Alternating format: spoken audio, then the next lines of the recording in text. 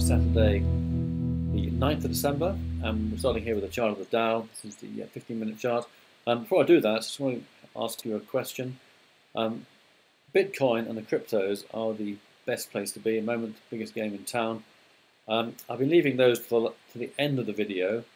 I'm just wondering whether people would prefer me to deal with the cryptos at the beginning of the video and then cover the other markets at the end. I'm very happy to leave things as they are.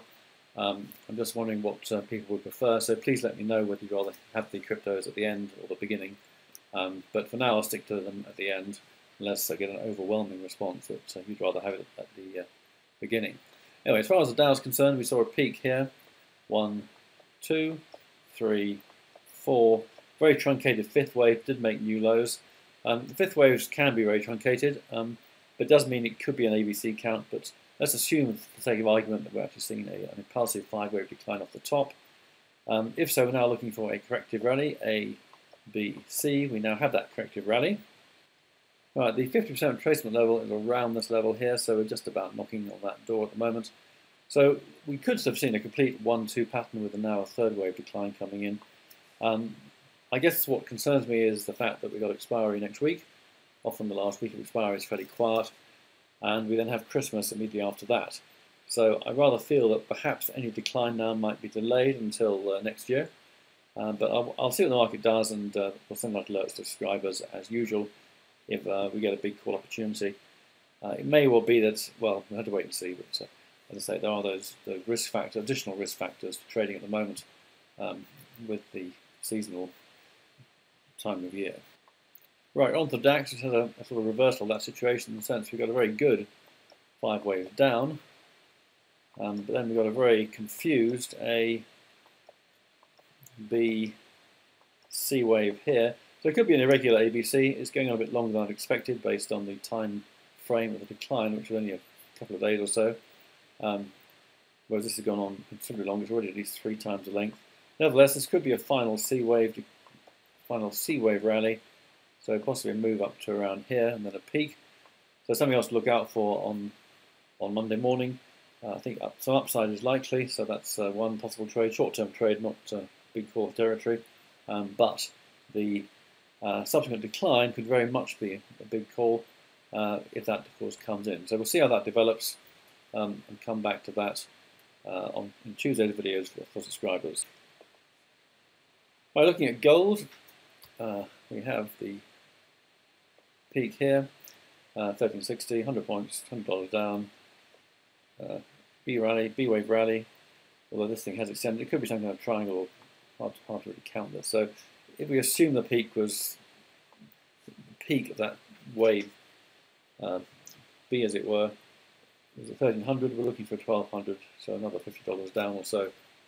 Big ABC, and that should set the scene, I think, early in the new year for a solid bounce on gold, which I expect to continue for some time.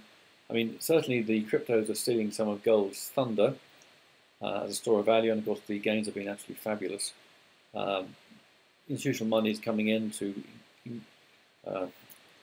boost that even more, I think, but it does seem a bit toppy right now. I mean, everything's breaking down, everything's creaking at the seams. The exchanges, Kraken in particular, sort of can't cope with the traffic. Coinbase was getting 100,000 new customers a day, a few weeks ago. I just feel that there's going to be something's going to give, and I suspect price will come down at some point quite soon. Right, on to Bitcoin. This is the daily chart. I would mention this spike here up at almost 20,000 was not seen on any other exchanges, a bit lower down than that. Looks to me like we've got a 1, 2, 1, 2 with a 3 coming in, possibly with the 2 there. So I think it's probably a fourth wave we're seeing now, with more upside to come. Let's have a look at this decline though and see what that's telling us. Okay, so the peak up here, this is an A, B, C, so no, it's a correction obviously. It's not new impulsive action, which is encouraging to an extent. We then got another A, B, C, and B, then 5 is up to there, A, B, C correction. So looks like we've got another C wave to come in of the B, and then we could see another sell-off.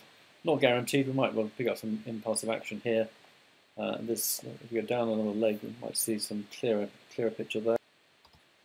Right, clear in ABC, no possibly a 5 there, so a C wave rally and one more leg down would seem likely here. So that could be the shakeout. I mean, that might well take us down to levels that people aren't very happy with. So get rid of some of the people in there just pure speculation, don't plan to actually use Bitcoin as I do going forwards, and many others do too. That's the actual usage, which is an important thing, I think, to give the thing a real tailwind. Right, Ethereum, we've got a wave 1 here, wave 2, 1, 2, 3, 4, 5, 1 of 3, ABC 2 of 3, 3 of 3 coming in now. Let's see, 1, 2, 1, 2, 3. This is probably a 4. So there's a 5th wave coming at the moment. So we'd probably do another correction here as well in the fairly short term as a 4th wave against this 2 wave here. And then we see more upside. So looking pretty positive before we see a major correction. Litecoin, another one shooting for the stars right now. 1, 2, 1, 2, 3. Quite a big sell-off from 200, but these are very volatile markets. Again, it looks good for high prices. These are actually the core: Bitcoin, Ethereum, Bitcoin Cash, Litecoin, Zcash, Zencash. There's a core about 10 solid coins. I don't cover all of those, but I thought it might be interesting to look at these ones. Anyway, that's all for today. Hope you found that interesting and useful. Back to the report on Tuesday morning, subscribers. Have a great weekend. Thanks for listening, and bye for now.